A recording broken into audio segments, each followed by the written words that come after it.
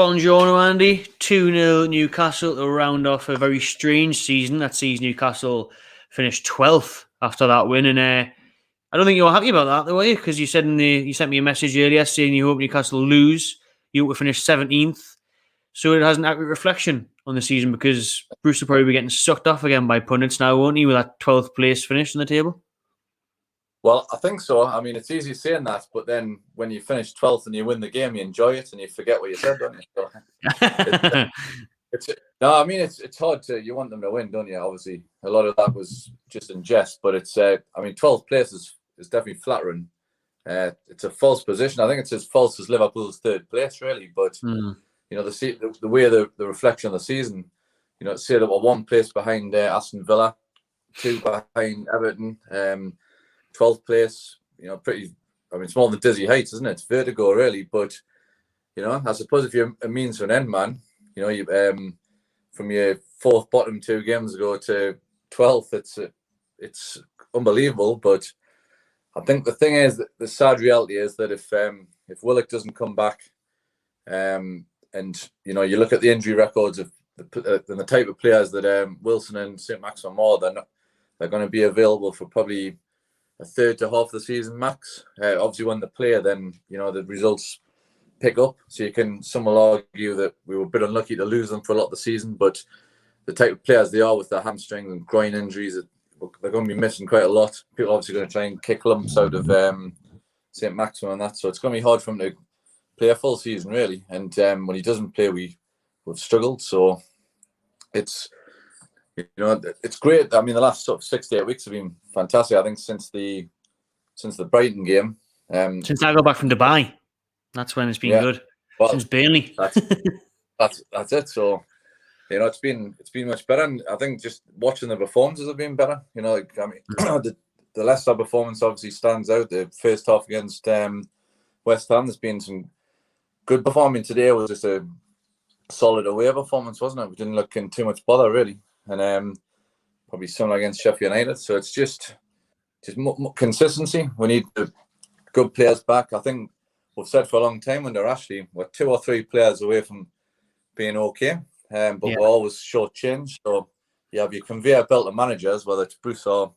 with 2 or 3 additions to that team, it's even someone like Bruce, would have the players at the disposal. But you definitely need replacements for Wilson, and you need St. Maximin.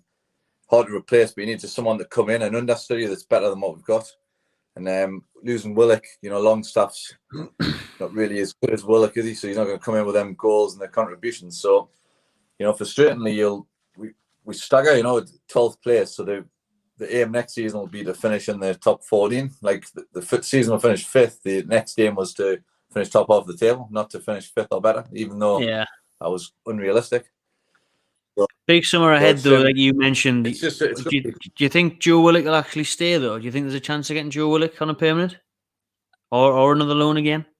£30 million they want for him, but after breaking, equaling Shearer's record today, he's also going to be wanting at least $30 million, aren't they?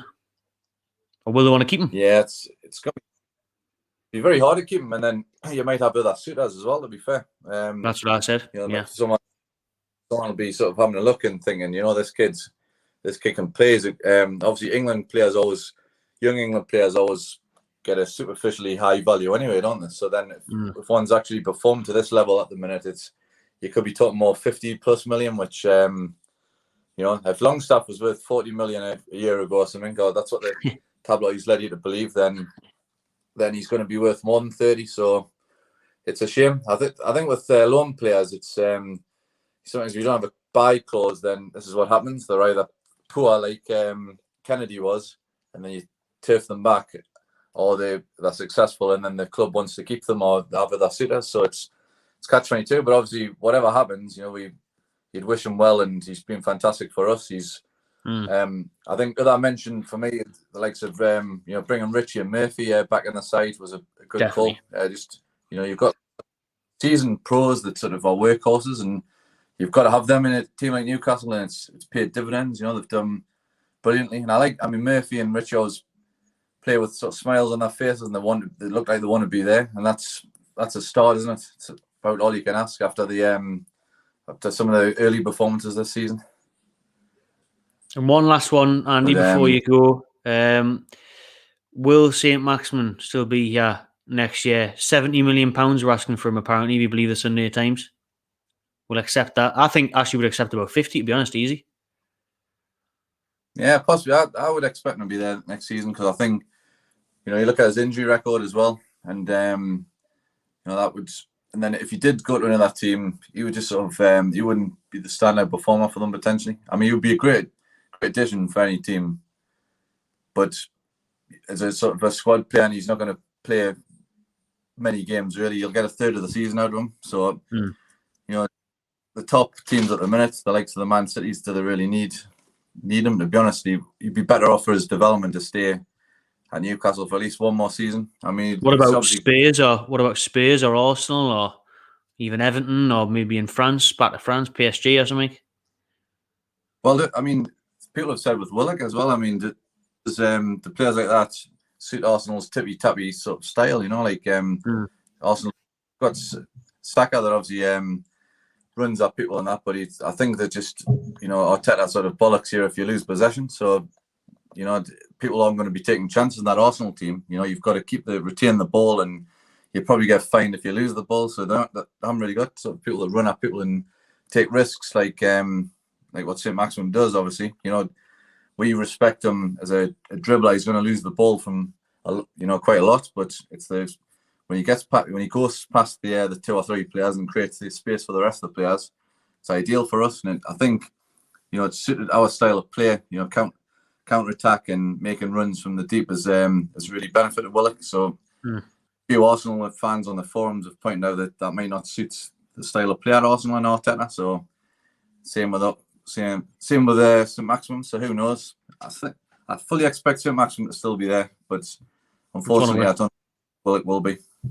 But I think the main thing this season, I think it's just been strange about the fans. It's been a season of strange things happening. But I think the aggregate total of the bottom 3 is the second lowest in Premier League history. So I think, the fact the 4th bottom and the 3rd bottom's got an 11-point gap and we're 17 points ahead when we're in trouble for most of the season just makes it even stranger. But really I think if there was hope then, we thought we were going to build on this, then I think we'd be ecstatic now. But I think it's going to be more of the same, and the expectations will be as low as ever again. But fair enough, mate.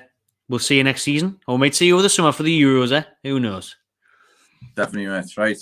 Take care. Nice one, mate. Take it easy. See you later. See you after.